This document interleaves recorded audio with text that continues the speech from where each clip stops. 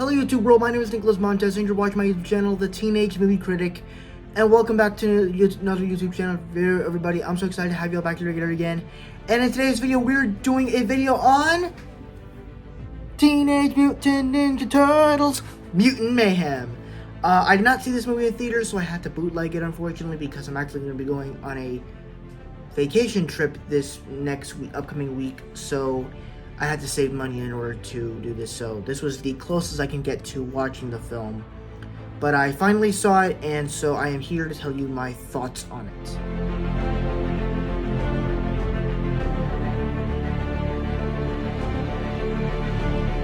So to give you my thoughts on Teenage Mutant Ninja Turtles Mutant Mayhem, I was actually kind of excited for this film because, number one, I am a Ninja Turtles fan. I like these characters. I like Michelangelo, and also, I guess you could say, this is also one of those movies or shows or any type of Ninja Turtles project that if you're going to watch it, you need some sort of snack or something, and that snack is, of course, pizza. And, I kind of have that I sort of have memories of watching the Ninja Turtles films from 2014, 2016, and those were, very, very watchable films. So those are the Ninja Turtles movies that I grew up with. I never grew up with the 90s films, so I actually watched them last year, as well as with the animated TMNT movie that came out in 2007, 16 years ago. And really the only Ninja Turtles project that I actually loved was Teenage Mutant Ninja Turtles 2012. That was an animated show on Nickelodeon, which I thought was great. It portrayed all the characters very well. Donnie was as lame as ever. April O'Neil was kind of fun, and then Shredder was great. So I have some sort of experience with Ninja Turtles, though I don't have great experience with the films. So when I heard that they're making a Ninja Turtles movie in 2023, I'm like, okay, this is basically just going to be Rise again. And then I realized, oh wait, so this is going to be from the creators of Mitchell vs. Machines, which was one I saw last year and I absolutely loved. So that movie's also from the creators of Spider-Verse. So I'm like, wait, you're creating a movie you're doing Spider-Verse animation with Ninja Turtles? What? And then they launched that first trailer, and as soon as I saw it, I'm like, this could be pretty good. Now, I wasn't saying it was going to be the best movie ever made. I'm not saying that it was going to be, I don't know if it was going to be great, but it looks pretty good. The animation looks neat. It looks pretty good. And so to just kind of talk about it, I thought the movie was definitely great. I think the first thing we just got to talk about here are, of course, the Turtles themselves. Probably the thing that I feel like every Ninja Turtles interpretation that I've seen, or at least with the films, is that they've missed the teenage aspect. Sure, they've gotten the ninja, the mutant, and the Turtles aspect right. But the teenage aspect, which is your main thing that you're doing of these projects, that's the one thing you miss? What? This one, they get it right. And what I love about it is that they're bickering back and forth. They're like, as soon as you see them, you're like, Master Splinter has set us a very important mission for tonight. We are here to retrieve Go-Gurt. And it's like, Go-Gurt. Okay, Batman. And then it's like, they're so fun, they're so funny, that they have all these different jokes. It's like, this is kind of what teenage brothers would do. And I love that so much. But even more than that, it takes what I loved about Mitchell's vs. the Machines, where they reference stuff, where they actually have they have all these live action. They show all these live action stuff, whether it's when they're training for martial arts, they're as little kids. They show action movies of Jackie Chan and Bruce Lee, or these famous training videos. I'm like, this is awesome. That's the Mitchell versus Machines aspect. And then even when it gets into poster boards of Chris Pine and Chris Evans and stuff like that, that's really fun and interesting. And then even when it gets into what was another aspect I like? Even when it does references to movies and stuff, Mikey literally makes a reference to Hulk in Avengers Endgame, and saying that Mark Ruffalo did improv on that line. I'm like, that is crazy. And then you also got Paul Rudd playing Mondo Gecko in the film. That's pretty good. I really enjoyed that. But what I personally loved about it was, and even with the animations side of things, I really enjoyed. I really liked that it felt like it was drawn by, like, what is it? By actual teenagers. So it was really cool, especially when it, like, turns into dust and everything. It's really cool. All of the characters, I thought Master Splinter was interesting, though I kind of have some thoughts, more interesting thoughts about, you know, the mutant characters and all that. But with Splinter, they actually set up an interesting story for him where he was this rat that had a hard time being accepted. You know, all the other rats didn't accept him. There was one creature that accepted him, which was a roach, and then he got mutantized. He adopted his sons, brought him to the real world, and people didn't accept him.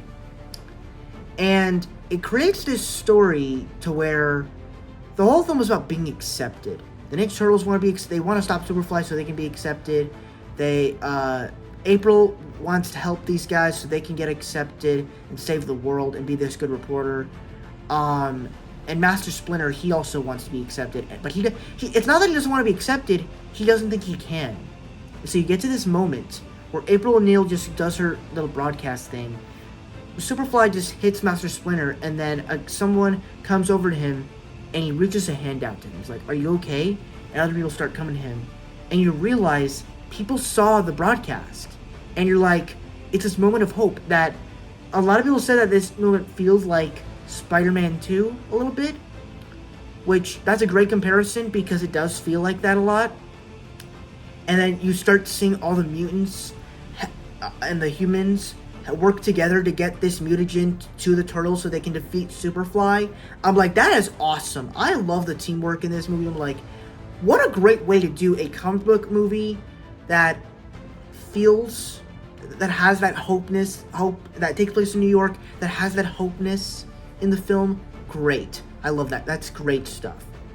But even doing and I feel like that this is a movie that it's because you can do the teenage aspect, it's able to work with everything. The martial arts is pretty great, especially when it comes to Master Splinter, especially since Jackie Chan is playing him. He's very fun, but also at the same time he has a lot of great action scenes, and they're possibly great. Even when it gets to the mutant, so it works on the teenage aspect, it works on the mutant aspect, as you got all these different mutants stuff. I don't know if they really worked all that much. I kind of wish they'd done better. Granted, we're getting a sequel plus a TV series on Paramount Plus, so we're gonna get a ton of them later. Of course, you know, you got Mondo Gecko, Bebop and Rocksteady, Leatherhead. You got all the classic mutants that we know and love, but also characters that I didn't even know, like Ray Fillet, who is played by Post Malone, which is pretty fun. That's why I keep singing.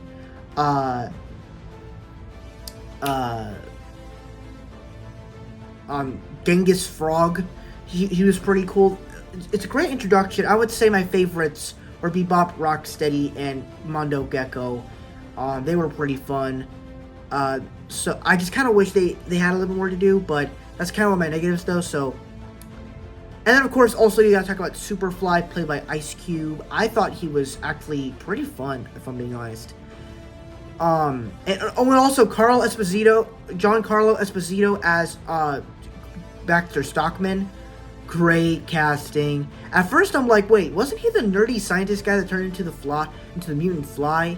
And then you realize, wait, in the way that his character is designed, in the way he looks, he kind of fits the role, and he sounds like what that guy would look like. And I just think he fit really well. And it's like, wait, I thought if Baxter Stockman turns out to be Superfly, why is Ice Cube playing him? So is it a change-up? No, it's two separate characters. Superfly was a mutated fly that was born a fly. And I thought it actually kind of worked and gave him a voice. I thought it worked.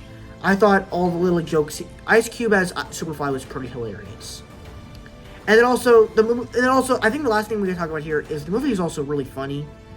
There are some changes in the story. Like there's like I said, all the teenage humor is great. I also like the little changes. There's a bunch of changes I didn't like, but there's actually Actually, I don't know if I liked any changes in the film that is similar to the story, but now let's kind of move on to the bad.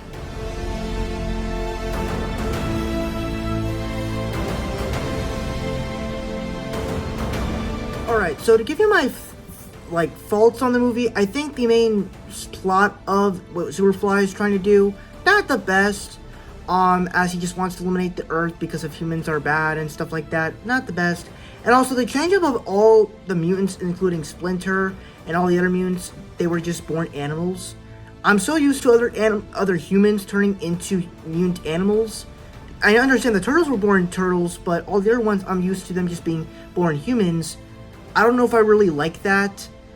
But overall, I would say that was like my only issues with the film, and I wish that they could have used more of the characters and had more screen time with them and had more memorable moments.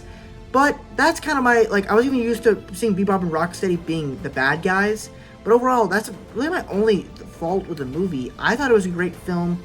Let me know what you thought down below, and let's go ahead and get started with my scores.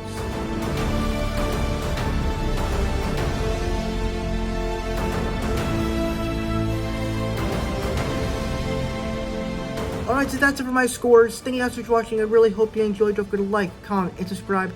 All my social media stuff is in the about section over there. And I'll see you guys in the next video. Bye-bye.